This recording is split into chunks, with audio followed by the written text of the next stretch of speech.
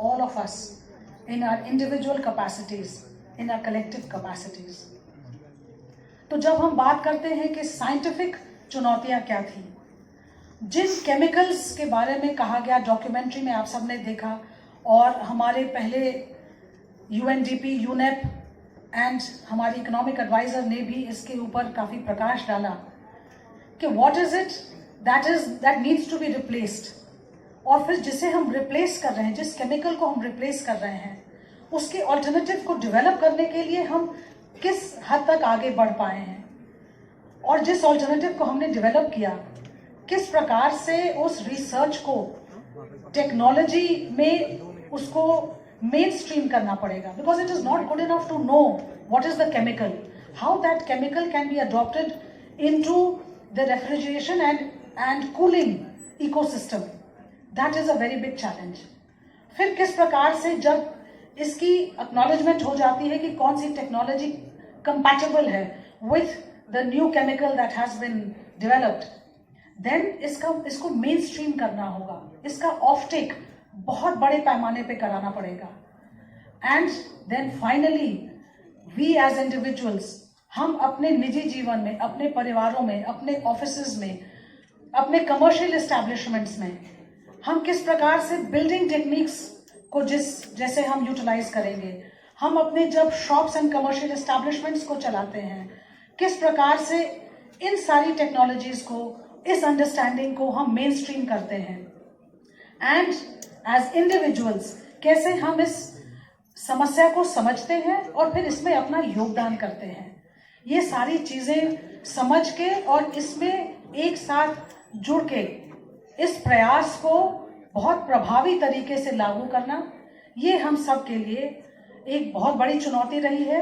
और मैं इसमें ये विशेष रूप से कहना चाहूंगी, जो कंट्री डायरेक्टर यूनेप ने भी जिसके ऊपर प्रकाश डाला, that India has been at the forefront in terms of dealing with the challenge to ozone depletion. This is the country which has been able to phase out the chemical used in foam much ahead of the schedule. In 2020 itself, we banned it, effectively controlled it. Similarly, जब हम phase down की बात करते हैं, तो उसके जो targets हैं हमारे सामने, वो भी इंडिया ने against 35% target, we have already achieved 44%. So India is a country, India is a leader in coming forward to combat the challenge of climate change. And how does ozone depletion connect with global warming? I think that point was also brought out. When we talked about developing HFCs as coolant, no doubt that had the right solution in terms of ozone depletion, but it has a high global warming potential. And all of us understand that climate change is something where we have to come together. We have to have joint strategies, action plans, but most important, we have to implement the action plan. So policy is one thing and implementation is the other. And that is why we talk about the success of India in terms of combating the challenge to the ozone layer, where we have effectively not only harnessed the power of science that this country has, the ability and the entrepreneurship of the industry, which has actually embraced all those challenges, which has moved forward and adopted new coolants and new systems into RACs, into refrigeration and cooling systems. And policy has been at the back of everything. So therefore, ministries have come together. Energy efficiency, we talk about energy efficiency. We talk about India Cooling Action Plan. And India is the first country in the world which came out with the Cooling Action Plan. And that has now been taken as a template by many countries. So India is a leader which knows the way, goes the way, and shows the way insofar as walking the talk on climate is concerned. And when we talk about climate, we know that nationally determined contributions, emissions, these are the common.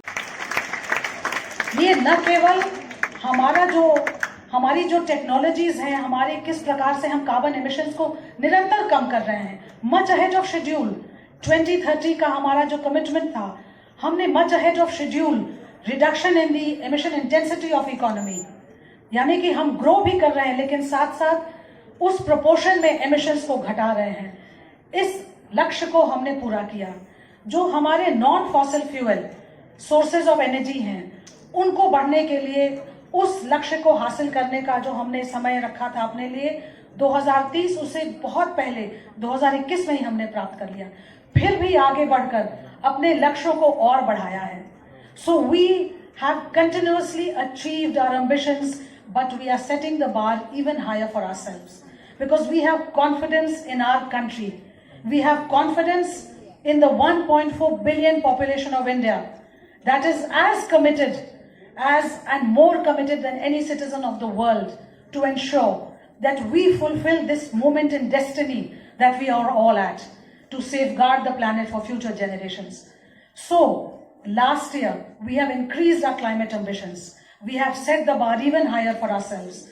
हम लगातार बढ़ते रहेंगे, विकास की गति को प्राप्त करते रहेंगे, उसमें और तेज गति से प्रगति के पथ पर चलते रहेंगे, लेकिन साथ साथ एमिशंस को भी घटाने के लिए निरंतर न केवल प्रयत्नशील रहेंगे बल्कि सफल भी रहेंगे।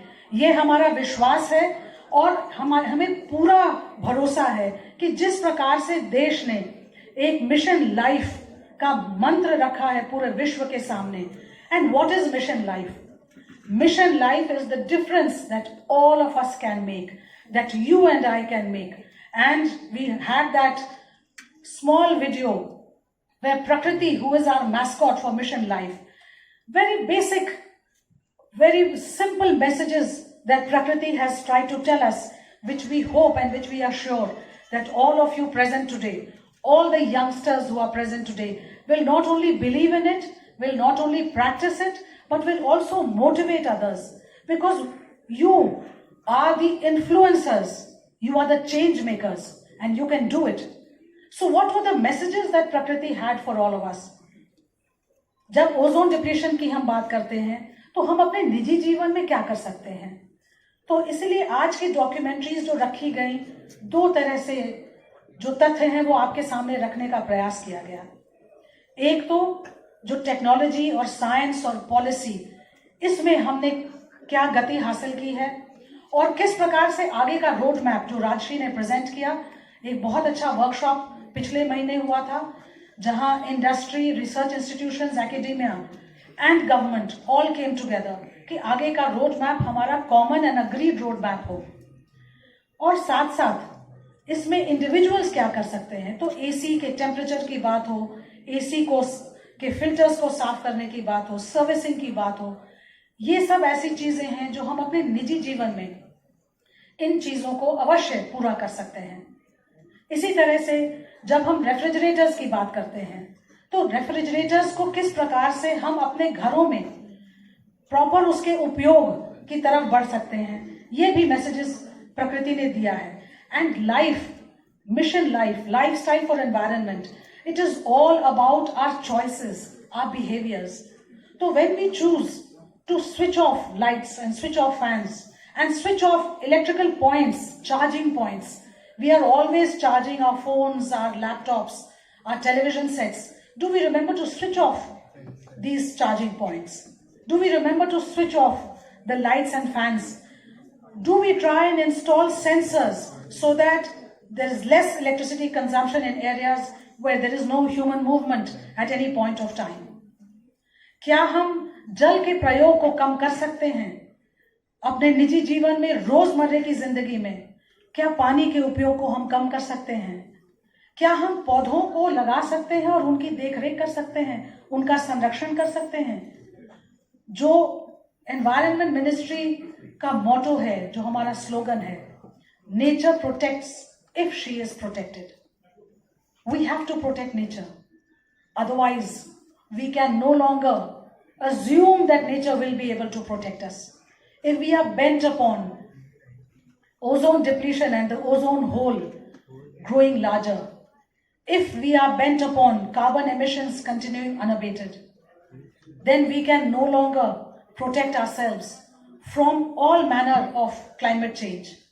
And that is why in our individual choices, in our behaviors, जिस प्रकार से हम waste management करते हैं, waste segregation, waste disposal, जिस प्रकार से हम अपने unused electrical products, when we no longer use mobiles or computers or televisions in our home, how do we make sure that it goes into the right recycling system?